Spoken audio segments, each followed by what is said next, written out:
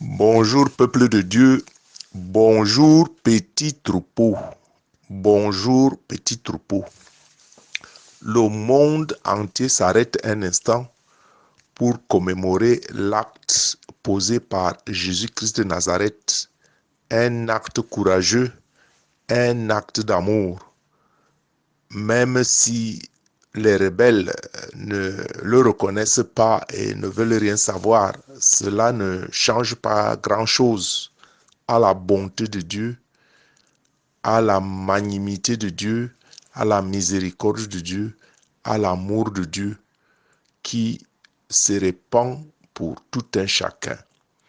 Christ est mort pour sauver la vie de tout un chacun et c'est à chacun de saisir ou de ne pas saisir le salut. Je dis que Dieu ne ressasse personne et le sacrifice à la croix est le sacrifice de tout homme, de toute femme, sauf ceux qui le refusent et qui refusent de saisir la grâce du salut.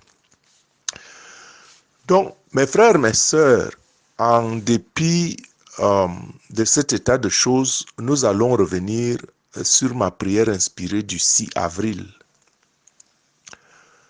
Mais lisons d'abord un passage en Actes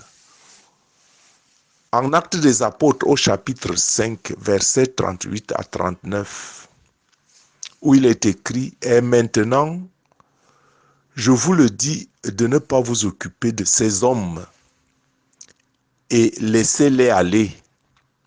Si cette entreprise ou cette œuvre vient des hommes, elle sera détruite. Mais si elle vient de Dieu, vous ne pourrez la détruire. Ne courez pas le risque d'avoir combattu contre Dieu. » Donc, ce texte même m'est inspiré en ce jour parce que il y a beaucoup qui s'élèvent contre Dieu par ignorance ou par, je dirais, ou consciemment. Donc, ne vous découragez pas. Si vous êtes dans l'évangélisation, ne vous découragez pas. Donnez ce que vous avez à donner et ne vous occupez pas si on vous repousse, si on vous haït, si on vous refuse votre parole, comme cela a été déjà pour Jésus-Christ que nous suivons. Il est écrit que nul ne peut être plus grand que son maître. Donc que cela ne soit pas un sujet d'étonnement pour vous, que vous parlez à quelqu'un gentiment et qu'il vous repousse et qu'il cherche toujours où vous faites une faute, où vous allez tomber, où vous dites quelque chose pour qu'il trouve le moyen de vous dénigrer. Les noms de tout un chacun sont soit inscrits, soit pas inscrits dans le livre de la vie. Je dis que le petit troupeau, c'est ceux-là dont les noms sont inscrits dans le livre de la vie. Et les Écritures disent que c'est le petit troupeau. Et les noms de ceux-là sont inscrits dans le livre de la vie, non pas parce que Dieu est injuste, mais juste parce que Dieu voit la fin des choses avant leur commencement. Je disais que si Dieu a pu écrire les noms dans le livre de la vie, c'est parce qu'il voit la fin des choses avant le commencement. Bon, mais néanmoins, le salut s'adresse à tout homme et à toute femme, sans distinction aucune, parce que Dieu ne fait exception de personne. C'est nos choix qui déterminent notre fin. Je dis que ce sont nos choix qui déterminent notre fin. Donc, ce texte que nous avons lu en Actes au chapitre 38, en Actes au chapitre 5, versets 38 et 39, et nous allons revenir sur tout ce chapitre. Ce texte nous dit de ne pas courir le risque de combattre Dieu. Courir le risque de combattre Dieu. Et je vais vous choquer en vous disant que on peut combattre Dieu même en priant. On peut combattre Dieu même en allant à l'église. Les pharisiens et les sadducéens, en tuant Jésus, est-ce qu'ils n'étaient pas les hommes de Dieu? Est-ce qu'ils ne se disaient pas les hommes de Dieu? Est-ce qu'ils ne se disaient pas les dépositaires de la loi? Mais à travers Jésus-Christ, ils ont combattu Dieu parce qu'ils n'acceptaient pas la vérité, et la vérité qui vient de Dieu. Donc, le texte nous dit clairement, et cela est aussi valable à notre époque, de ne pas courir le risque de combattre Dieu, parce que même en priant ou en allant à l'église, on combat Dieu, disais-je, dans l'ignorance ou par ferme conviction, par conscience d'avoir choisi son chemin. Parce que voyez-vous, dans l'œuvre de la croyance, il n'y a pas seulement que l'œuvre de Dieu, il y a aussi l'œuvre des hommes, les ajouts des hommes, la volonté des hommes.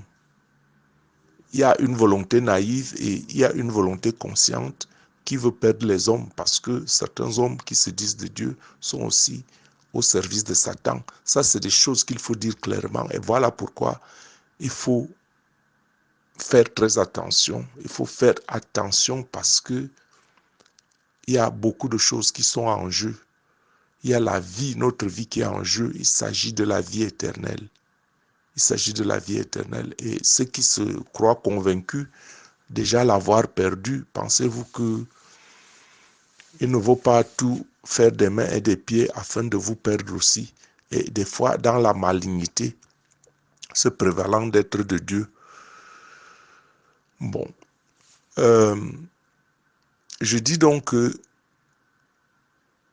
pour me répéter, le texte de Apôtre 5, versets 38 et 39, nous demande de ne pas courir le risque de combattre Dieu.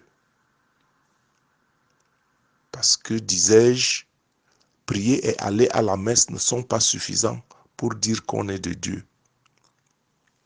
Parce que dans l'œuvre de la croyance, il y a l'œuvre des hommes et la volonté des hommes qui parfois peuvent s'opposer à l'œuvre et à la volonté de Dieu si on n'y prend pas garde. Voilà pourquoi le texte nous dit que si quelque chose est la volonté et l'œuvre des hommes, elle sera détruite.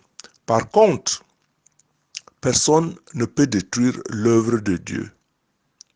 Donc, ce sont ces petites taquineries qui sont que quand quelqu'un fait une œuvre ou quelque chose de grand, nous essayons de minimiser. Cela s'appelle la médisance. Et la médisance n'est pas autre chose que le mensonge. Et même si la médisance est des fois beaucoup plus fine, comprenez que Dieu voit le fond de chaque cœur. Et c'est en fonction de la conviction, de notre motivation que Dieu va nous juger. Ce n'est pas en conviction, ce n'est pas en fonction de ce que nous voyons extérieurement. On peut bien porter une soutane. Je ne m'attaque à personne. On peut bien porter une soutane extérieurement, c'est-à-dire l'habit extérieur pour nous de révéler une personne autre que son habit intérieur. C'est pour ça que je parle de la motivation. Et donc, quand on prend ce texte de Actes au chapitre 5, quand on remonte au verset 37, il est écrit après lui parut Judas le Galiléen à l'époque du recensement. Il attira du monde à son parti. Il périt aussi, et tous ceux qui l'avaient suivi furent dispersés. Donc, ce chapitre 5 des Actes des Apôtres est, à mon avis, au centre de la croyance chrétienne. Ce chapitre corrige notre entendement et nous amène à réfléchir sur bien des aspects de notre vie de foi. Le premier élément qui se dégage est que personne ne peut tromper Dieu. Je dis que personne ne peut tromper Dieu. Tout ce que nous faisons, nous nous séduisons nous-mêmes. Voilà pourquoi Matthieu, au chapitre 8, verset 13, il est dit qu'il est fait à chacun selon sa foi, pour revenir donc à notre méditation d'hier. Je disais qu'il est fait à chacun selon sa foi. Il est fait à chacun selon sa foi. Je sais, mes frères et sœurs, que cette parole est difficile à digérer, surtout quand on passe des mauvais moments, quand à penser que ce qui nous arrive ne nous arrive que par le fait de notre propre foi et de nos croyances et de nos convictions. Je sais que cette parole est difficile parce que vous vous dites pourquoi moi, pourquoi telle chose m'est arrivée. Qui déjà sait le pourquoi il est né dans telle ou telle autre famille? Qui pourquoi sait pourquoi il est né homme et non une femme? Qui de nous sait pourquoi il est né dans un continent et pas dans un autre? Qui de nous sait pourquoi il est né dans une famille pauvre et non dans une famille nantie? Donc, des fois, nous avons souvent des convictions qui se basent sur rien pour accuser. Pour accuser. Et cela n'est pas juste. Cela n'est pas juste. Et voilà pourquoi nous devons regarder non aux circonstances qui nous arrivent. Nous devons tourner nos regards vers Jésus. C'est ce que les Écritures nous enseignent. Au lieu de regarder nos circonstances, tournons-nous vers Jésus, qui est celui-là même qui peut changer notre vie de manière radicale.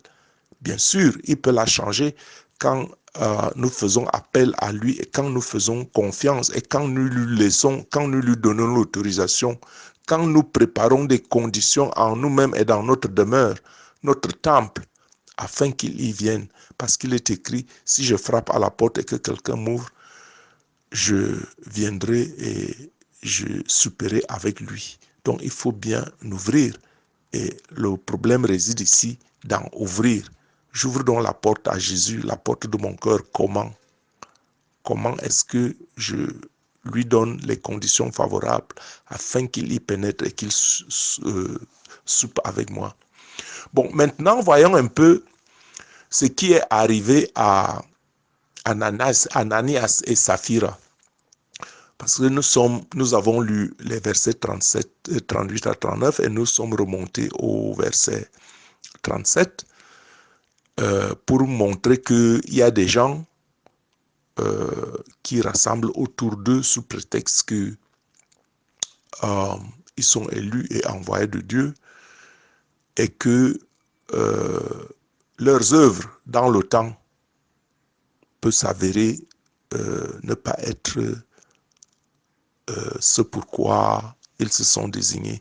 Bon, donc maintenant, remontons un peu d'abord au chapitre 5, au verset 1, et voyons ce qui était arrivé à Ananias et Saphira, qui pensaient jouer au malin comme beaucoup d'entre nous.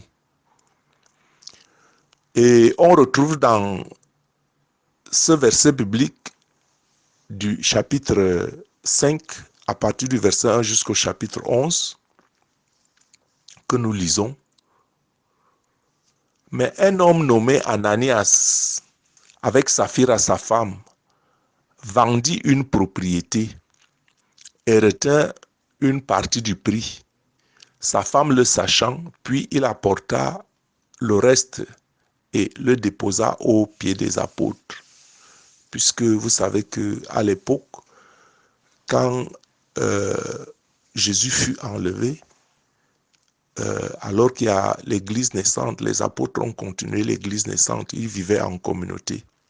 Et les gens vendaient leurs biens et ils venaient s'associer à la communauté et ils utilisaient ce patrimoine ensemble. Alors, Ananias et Saphira ont eu l'idée de vendre aussi leur propriété, mais ils ont caché une partie de la vente de leur propriété.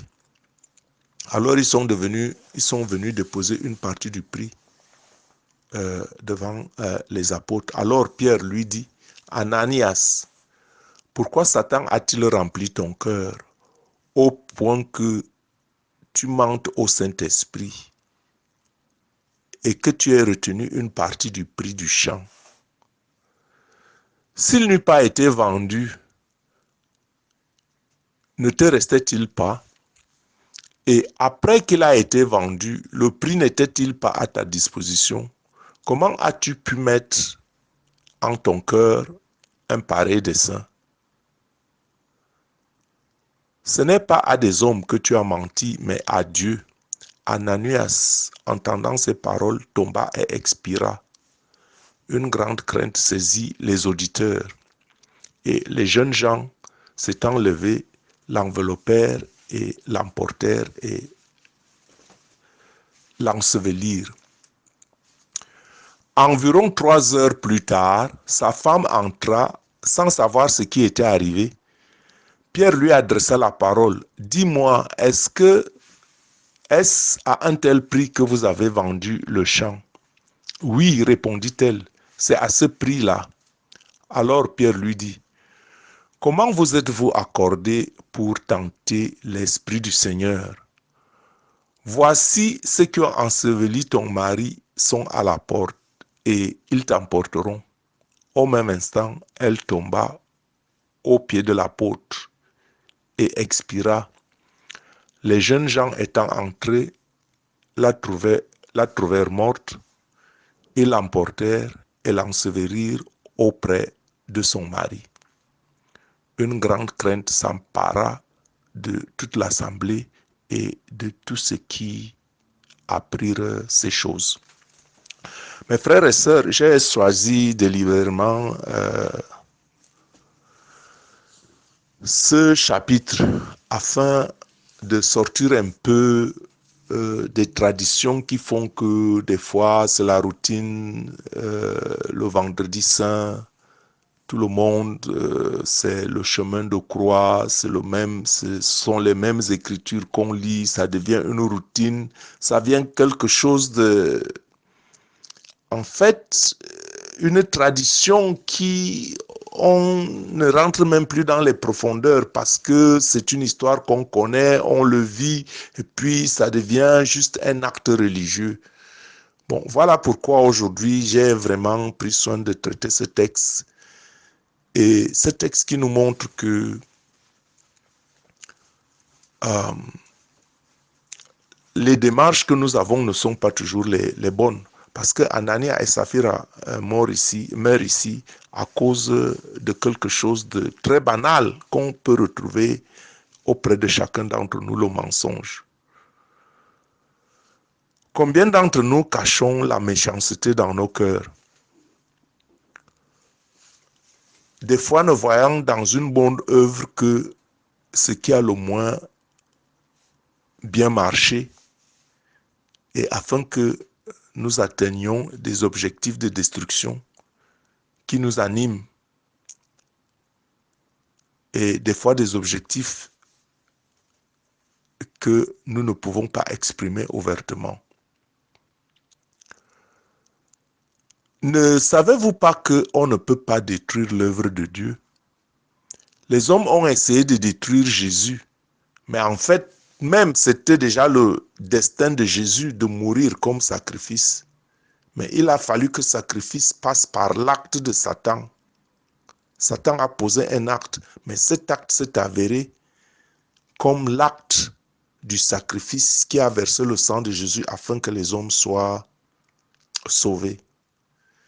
Ça veut dire que Dieu est toujours en mesure de transformer toute mauvaise passe dans notre vie en bien. Dieu peut même laisser Satan faire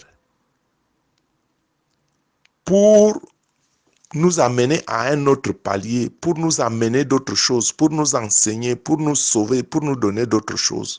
Ça veut dire que tout ce qui arrive, tout ce qui nous arrive, Dieu peut l'utiliser à bon escient. Voilà pourquoi Dieu est un bon Père, un Père bon, un Père de miséricorde, un Père tout-puissant, un Père d'amour. Et voilà pourquoi il est écrit que toute chose concourt au bien-être de ceux qui aiment Dieu. Parce que ceux qui tuaient Jésus pensaient si bien faire. Mais cet acte-là, cet acte ignoble, a servi à laver le péché de tout un chacun, du moins pour ceux qui se reconnaissent en Jésus-Christ et qui l'acceptent. Donc ce chapitre de 5 aux Actes des Apôtres nous enseigne que le mensonge est le symbole de la mort. Je répète, le mensonge est le symbole de la mort. Et combien d'entre nous mentons consciemment ou inconsciemment? Donc si nous mentons, nous nous détruisons nous-mêmes. Et le deuxième élément que je peux tirer de cet enseignement est que on ne peut pas mentir Dieu. Et comme je disais, on ne peut pas détruire l'œuvre de Dieu. Alors mes frères, mes sœurs, cessons de mentir, cessons de médire et de faire des mauvais commentaires sur l'œuvre de Dieu. Parce que cette façon de se comporter, nous courons le risque de combattre l'œuvre de Dieu, car les Écritures nous disent que Dieu veille sur sa parole, donc Dieu s'assure que son œuvre sera toujours accomplie. Et voilà pourquoi il est écrit en Ésaïe au chapitre 55, verset 11. Ainsi en est-il de ma parole qui sort de ma bouche. Elle ne retourne pas à moi sans effet, sans avoir exécuté ma volonté et accompli mes desseins. La parole et la volonté de Dieu se créent donc un chemin et opèrent même des miracles. Je disais que la parole et la volonté de Dieu se créent toujours un chemin et opèrent même des miracles s'il le faut dans chaque vie où il y a la foi. Je disais tout à l'heure plus haut que Dieu ne fait exception de personne. Dieu ne fait exception de personne. Mais le socle de cette exception est notre foi. Le socle de notre espérance est notre foi. Si il y a un livre de vie et dont les noms du petit troupeau sont dedans, ce n'est pas parce que Dieu repousse les autres, mais c'est le contraire, c'est les autres qui rejettent Dieu. C'est les autres qui ne veulent pas accepter Dieu. C'est les autres qui ne veulent pas accepter le sacrifice que Dieu donne. Un cadeau forcé n'est pas un cadeau de valeur. On ne peut pas forcer quelqu'un à prendre le salut. Et je dis donc que le socle de notre espérance est notre foi. Et cette foi doit reposer sur la vérité de l'évangile, et non sur le mensonge de l'ennemi et la parole et les œuvres des hommes. Le miracle, comme je disais tout à l'heure, le miracle n'est pas réservé à la seule époque des premiers apôtres. Le miracle est lié et a pour cause notre foi. Le miracle n'est pas réservé à la seule époque des premiers apôtres, mais le miracle est lié et a pour cause notre foi. Parce qu'il est écrit que mon juste vivra par la foi. Mon juste vivra par la foi pour revenir à la méditation inspirée du 6 avril d'hier. Mon juste vivra par la foi. Et le verset ajoute, le verset de Hébreux 10, 38 ajoute que s'il se retire, mon âme ne prend plus plaisir à lui. C'est Dieu qui le dit. Je répète ce verset. Mon juste vivra par la foi, dit le Seigneur. S'il se retire, mon âme ne prend plus plaisir en lui. Verset 38 de Hébreux 10. Donc mes frères et sœurs, à cause donc du manque de foi, les hommes et certaines églises ont inventé bon nombre de doctrines et d'enseignements d'hommes, fabriqués de toutes pièces, et qui nous racontent aujourd'hui que Dieu ne fait plus de miracles dans son peuple. Le miracle est devenu une denrée rare à cause du manque de foi. Le chrétien aujourd'hui est prêt à croire que Dieu frappe au lieu de guérir, que Dieu nous fait souffrir au lieu de nous donner une vie aisée. Je dis que le chrétien est prêt à croire que Dieu frappe au lieu de guérir. Et comment peut-on être convaincu que le Dieu bon, le Dieu d'amour, l'amour infini, la miséricorde infinie, la bonté infinie, comment peut-on croire qu'il nous donne plutôt la maladie que le bien-être? Comment peut-on croire qu'un Dieu miséricordieux, qu'un Dieu riche, qu'un Dieu créateur de toutes choses nous donne la pauvreté que sa richesse? N'est-ce pas là l'œuvre de Satan, l'œuvre des forces du mal, qui pollue le nom de Dieu avec toutes sortes de doctrines démoniaques? N'est-il pas écrit en 3 Jean, au chapitre 1, verset 2, « Bien-aimé, je souhaite que tu prospères à tous égards et sois en bonne santé comme prospère l'état de ton âme. » N'est-il pas écrit en 3 Jean au chapitre 1 verset 2, « Bien-aimé, je souhaite que tu prospères à tous égards et sois en bonne santé comme prospère l'état de ton âme. » Je sais que c'est toujours très difficile, par des temps difficiles, de dire la vérité de la parole de Dieu. Ce n'est pas qu'on s'attaque à quelqu'un de particulier, mais c'est la parole de Dieu. Mais nous ne devons pas avoir peur de dire la parole de Dieu sous prétexte que tel ou tel autre vit dans quelles conditions. Je n'ai pas dit que si tu es malade maintenant, que ton âme n'est pas en bonne santé. Je n'ai pas dit que quand on est malade, son âme n'est pas en bonne santé. Il y a bien des facteurs et des choses que nous ne pouvons pas maîtriser. Mais quand bien même on est malade ou souffrant, Dieu est le Dieu bon, Dieu est le Dieu miséricordieux, Dieu est le Dieu qui aide. Il est le même hier, aujourd'hui et éternellement. Et quand les choses nous arrivent, c'est des fois peut-être un appel de nous retourner en nous-mêmes et de dire qu'est-ce qui ne va pas dans ma vie, qu'est-ce qui ne tourne pas rond en moi avant de regarder à Dieu. Parce que Dieu est toujours correct. Du trône de la grâce sort toujours la bénédiction, la lumière, l'amour, la joie, la miséricorde, la paix qui nous est donnée comme don. Son esprit nous est donné comme don. Et donc, quand les choses ne marchent pas en rond, regardons où nous nous sommes situés, ou si nous ne sommes pas fait pris dans le piège du démon qui nous tient prisonniers dans ses cachots, qui tient notre âme prisonnière. Et quand il tient notre âme prisonnière, alors notre esprit ne peut pas profiter de la présence de l'Esprit de Dieu. C'est par là qu'il faut commencer et chercher les voies et moyens d'en sortir de ces pétrins, de ces doctrines de démons, de ces traditions et de ces choses qui font que depuis 30, 40, 50 ans, je ne sais pas combien d'années, ta vie tourne en rond. Ta vie ne peut pas tourner en rond avec Dieu. Ta vie tourne en rond, sauf si tu n'acceptes pas, si tu n'attrapes pas la parole de Dieu, alors tu tournes en rond jusqu'à ce que tu aies compris la leçon. Alors, Dieu te fait passer à l'étape suivante. Dieu ne peut pas te passer à une hauteur supérieure tant que tu n'as pas compris la leçon de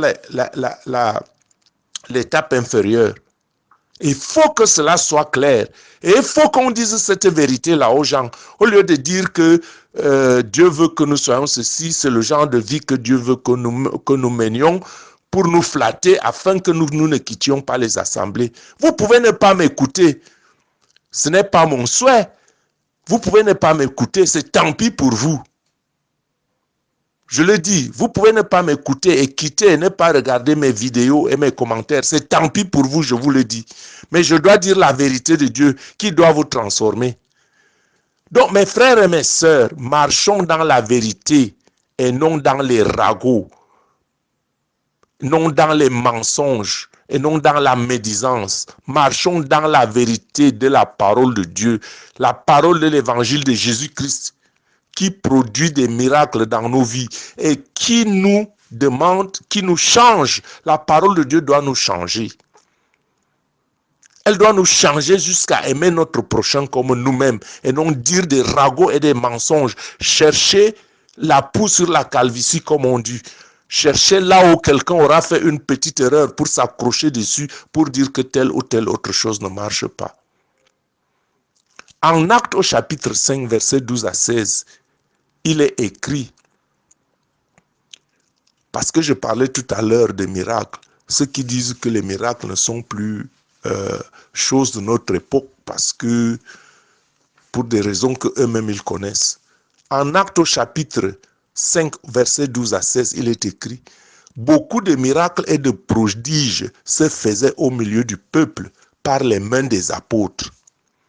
Ils se tenaient tous ensemble au portique de Salomon et aucun des autres n'osait se joindre à eux. Mais le peuple les louait hautement.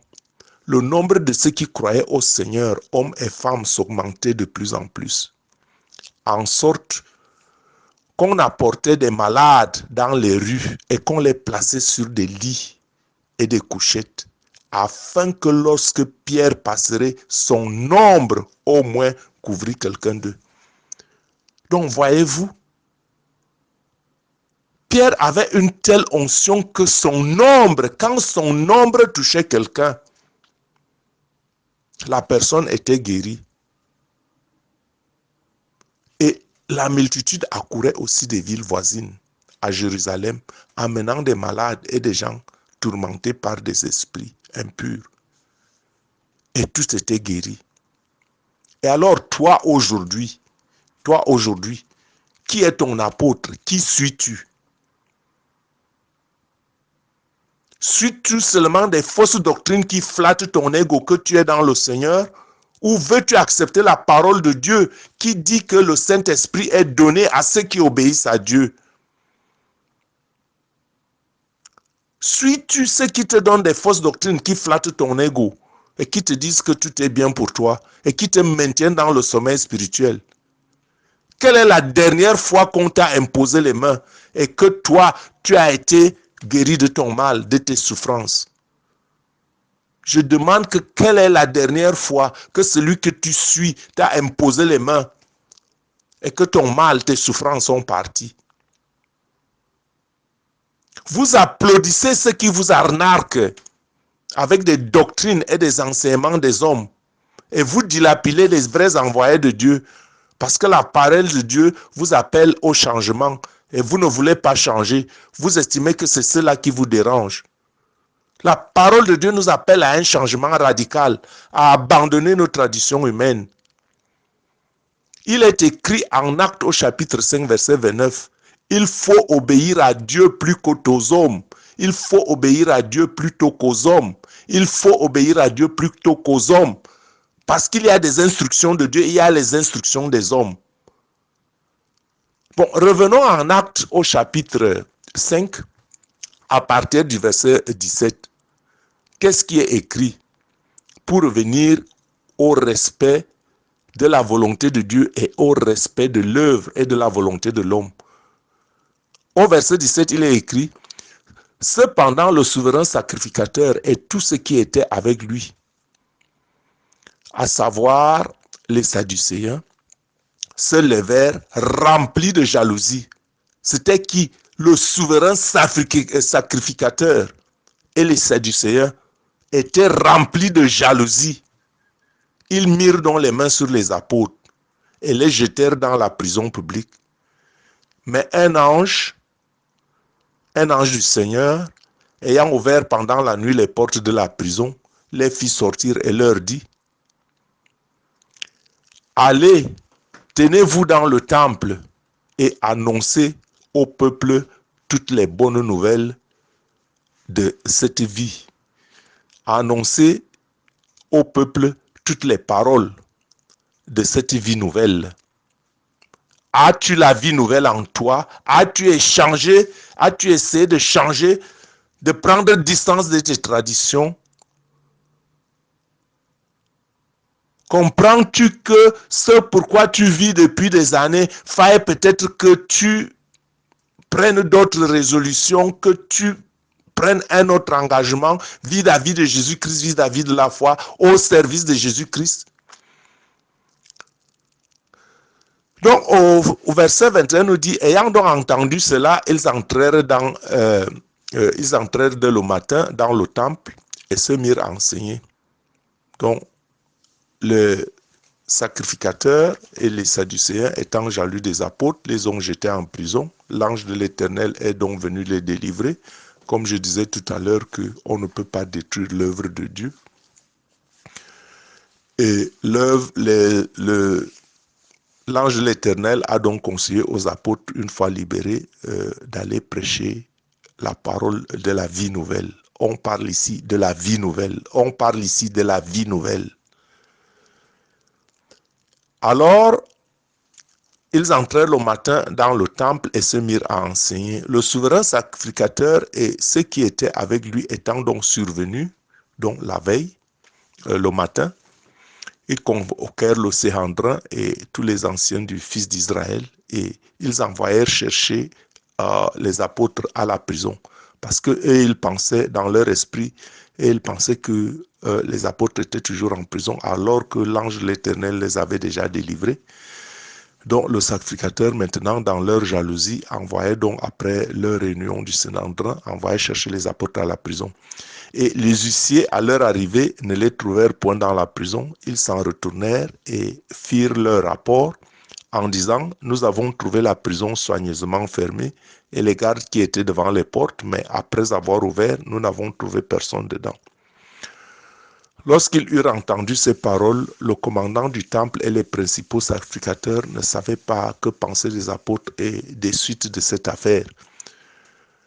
Quelqu'un vint leur dire, voici les hommes que vous avez mis en prison sont dans le temple et ils enseignent le peuple.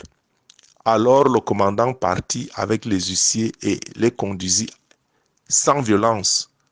Il les conduisit sans violence car ils avaient peur d'être lapidés par le peuple. Après qu'ils eurent amené en présence du Sanhédrin, le souverain sacrificateur les interrogea en ces termes. Ne vous avons-nous pas défendu expressément d'enseigner en ce nom? Et voici, vous avez rempli Jérusalem de votre enseignement, et vous voulez faire retomber sur nous le sang de cet homme. Pierre et les apôtres répondirent, il faut obéir à Dieu plutôt qu'aux hommes. Il faut obéir à Dieu plutôt qu'aux hommes. Et donc, vous voyez le souci de certaines églises aujourd'hui est que ils veulent amadouer le cœur des croyants au lieu de dire la vérité de l'évangile telle qu'elle est. Ils amadouent ceux qui recherchent Dieu avec des enseignements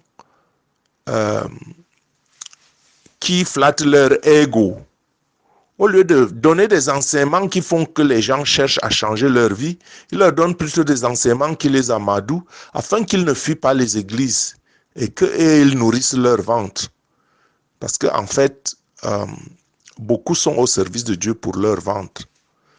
Et nous en reviendrons sur cet aspect des choses à cause des incidents qui sont arrivés hier lors de cette prière inspirée.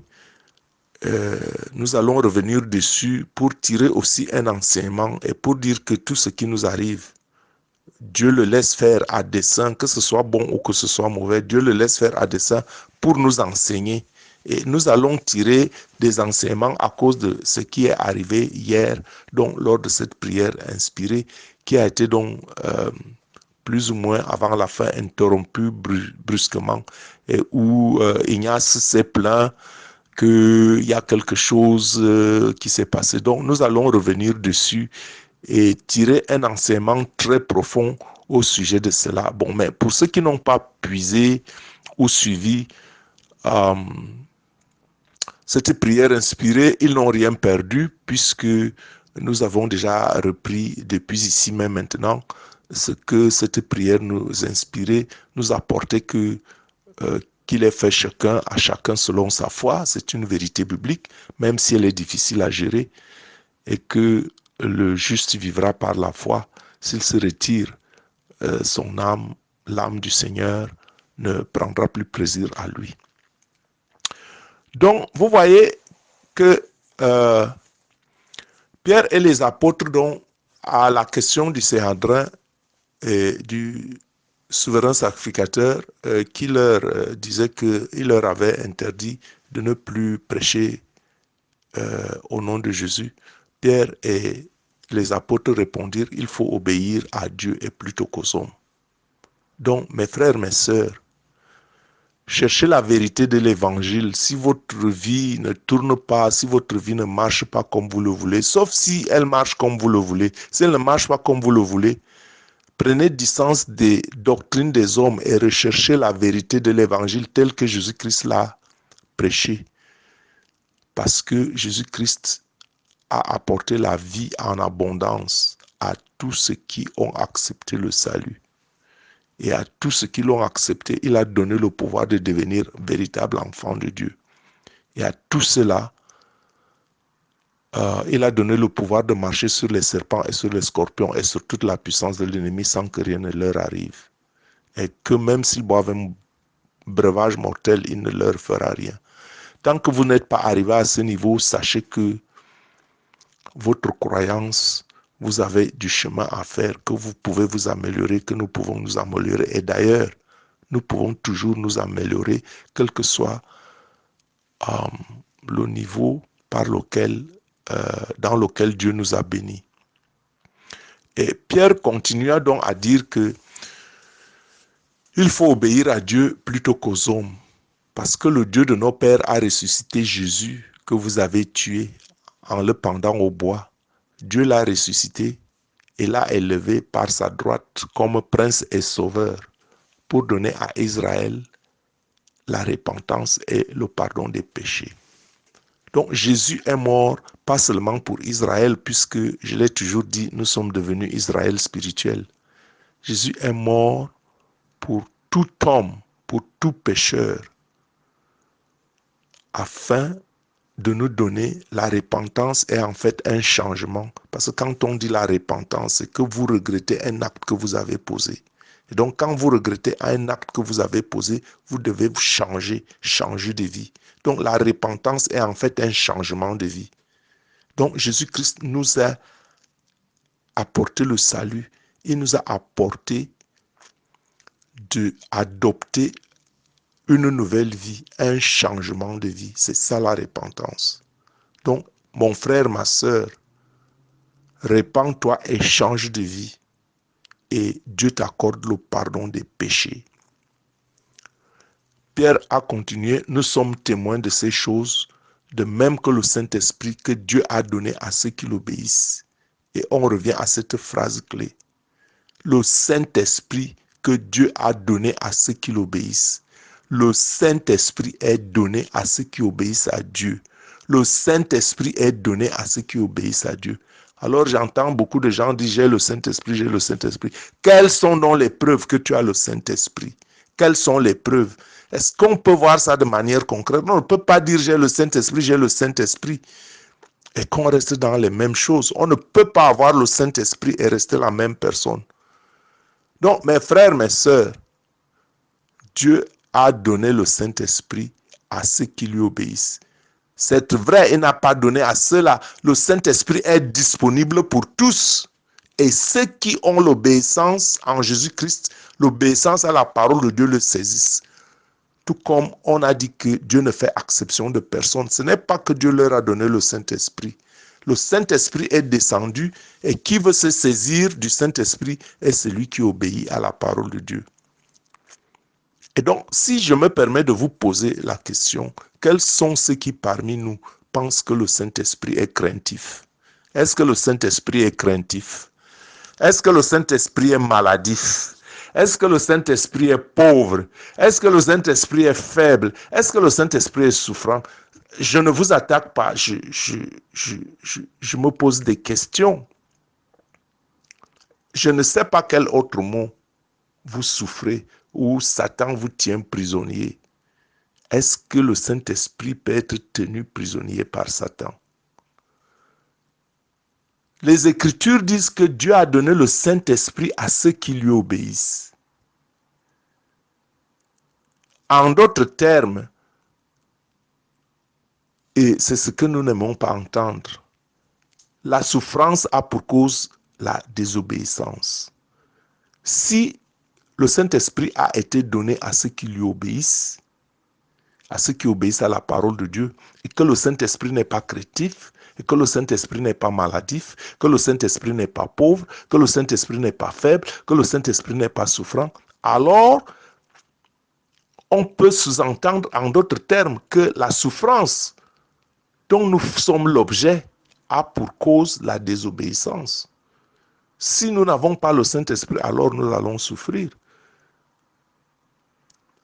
Je disais que, et je dis que la conséquence de la désobéissance est la souffrance. Je dis que la conséquence de la désobéissance est la souffrance. Si on ne vous le dit pas, comment allons donc nous changer notre vie? Il faut bien qu'on nous dise des choses qui sont vraies, des choses qui sont de la parole de Dieu, afin que nous changions notre vie par la repentance. Parce que la repentance est un changement de vie. Et quand on dit changement de vie, ça veut dire que si nous aspirons à une vie meilleure, nous avons une mauvaise vie. Et c'est cette mauvaise vie qui est la cause de toutes ces choses qui nous arrivent.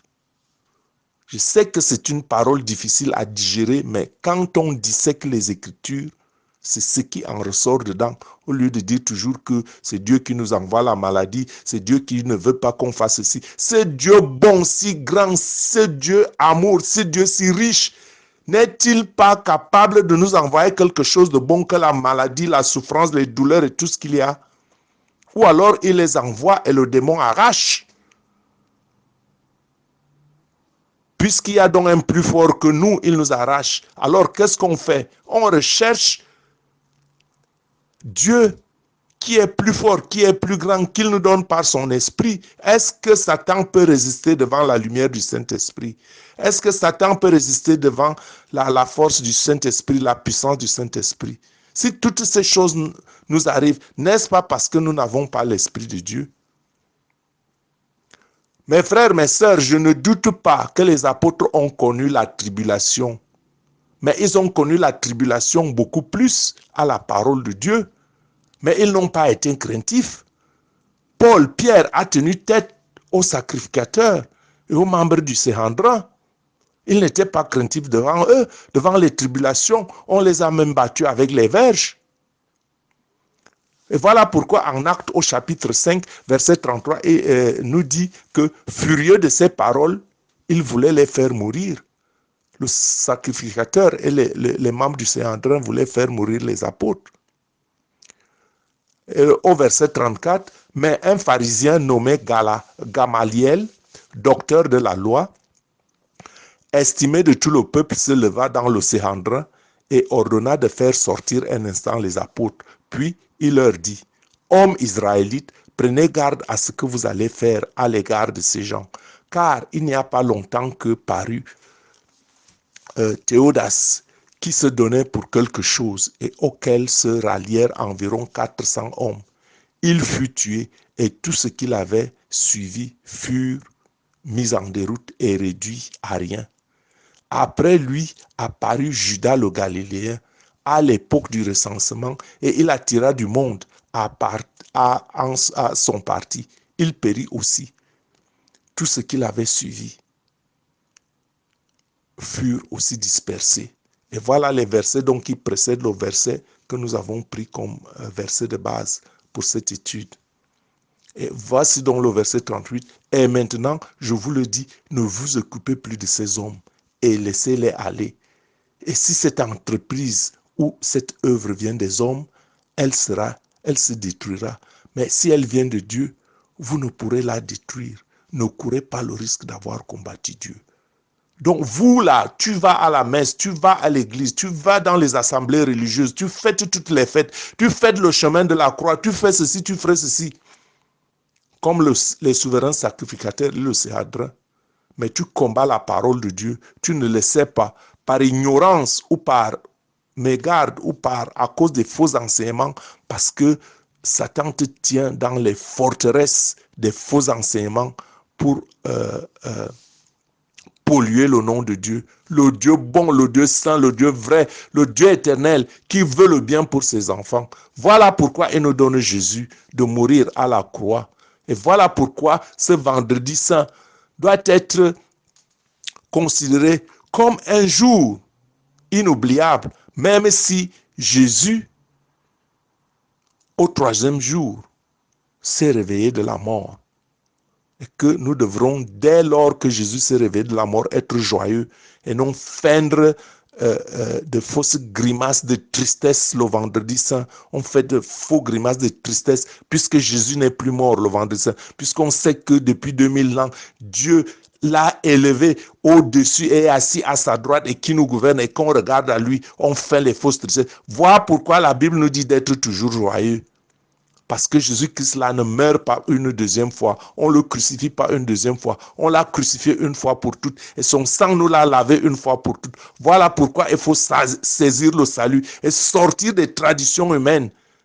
Je vais au chemin de croix, je vais ceci, je vais ceci. Mais on est assis dans le commérage, on est assis dans les mensonges, on est assis dans les ragots. On cherche toujours des petits machins, on fait la médisance. Quelqu'un fait quelque chose de grand, on cherche toujours à le dénigrer. Que ce genre de choses cesse. Et regardez à Jésus qui est désormais vivant. Il est vivant même aujourd'hui. On va fêter dimanche la résurrection de Jésus. Jésus est déjà ressuscité depuis plus de 2023 ans. Il est vivant. Regardez à Jésus. Ne regardez pas les histoires qu'on vous raconte. Mais lisez sa parole comme une parole vivante qui s'adresse à vous afin de changer votre caractère. Ce n'est pas le fait d'aller à la messe ou le fait de prier ou le fait de fêter telle ou telle autre fête ou le fait même d'aller faire un chemin de croix. Saisissez la vie qui est en Jésus-Christ. Saisissez son esprit. Regardez à Jésus-Christ et il transformera votre vie. Et vous verrez comment vous serez toujours victorieux.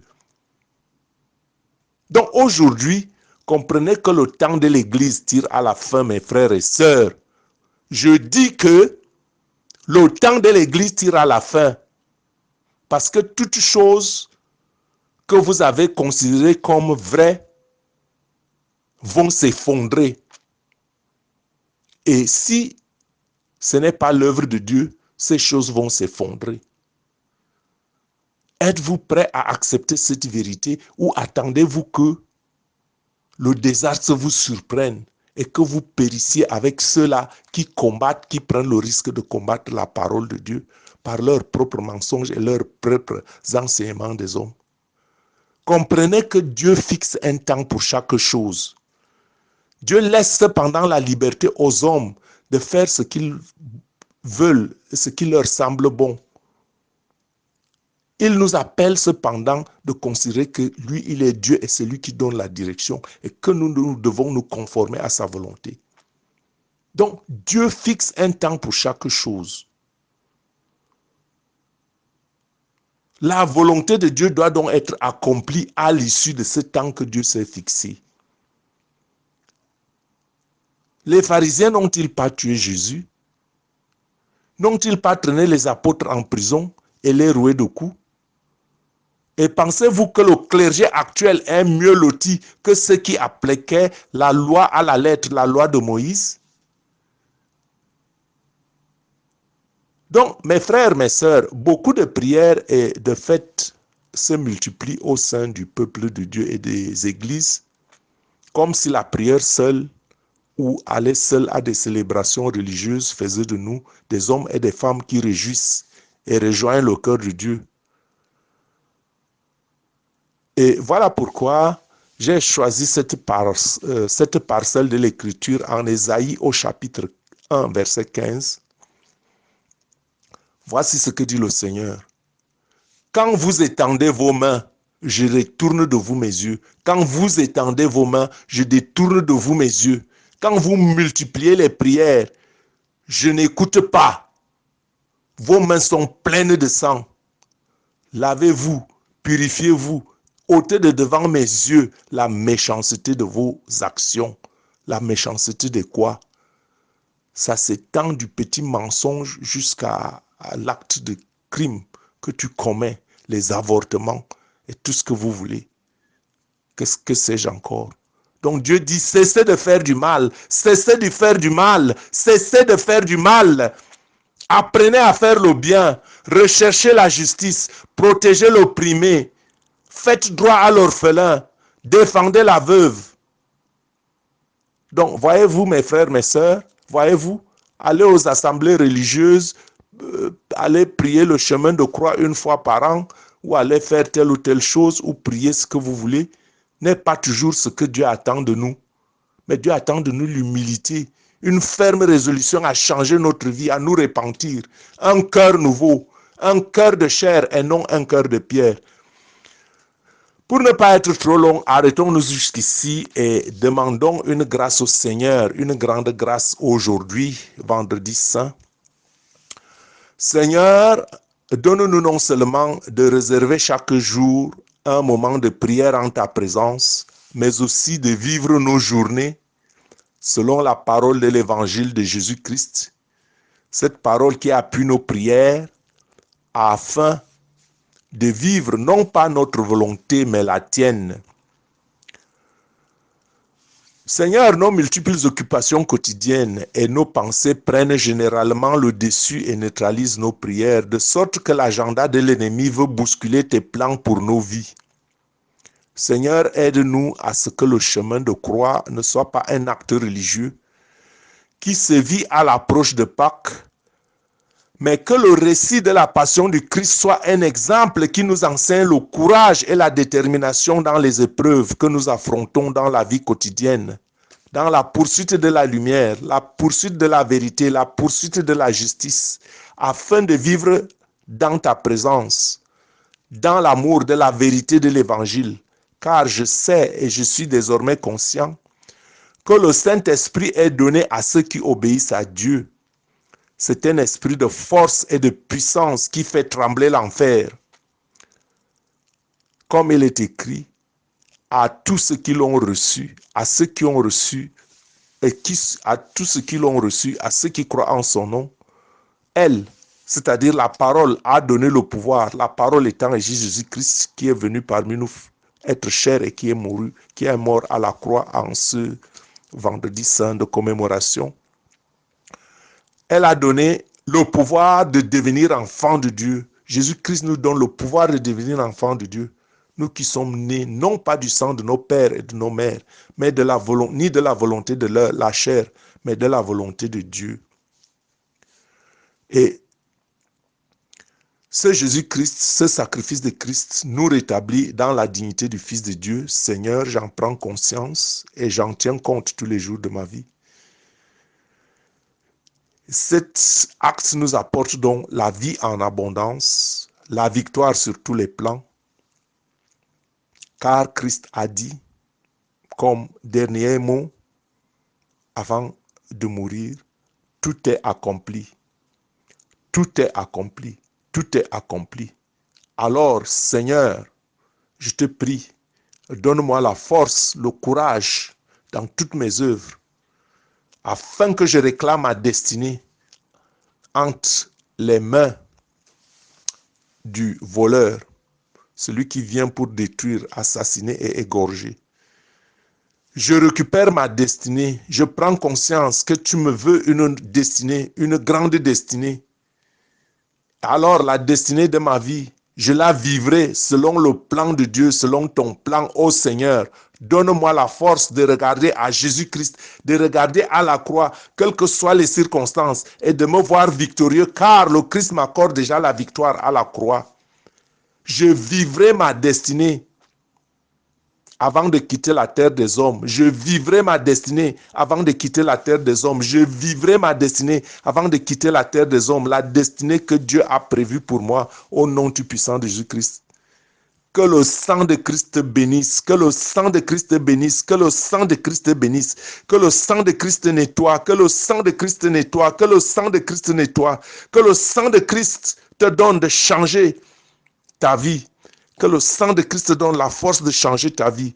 Que le sang de Christ te donne de changer ta vie et d'avoir la victoire sur toutes les forces du mal, la victoire sur la vie et de rayonner et que ta vie resplendisse comme resplendit l'état de ton âme.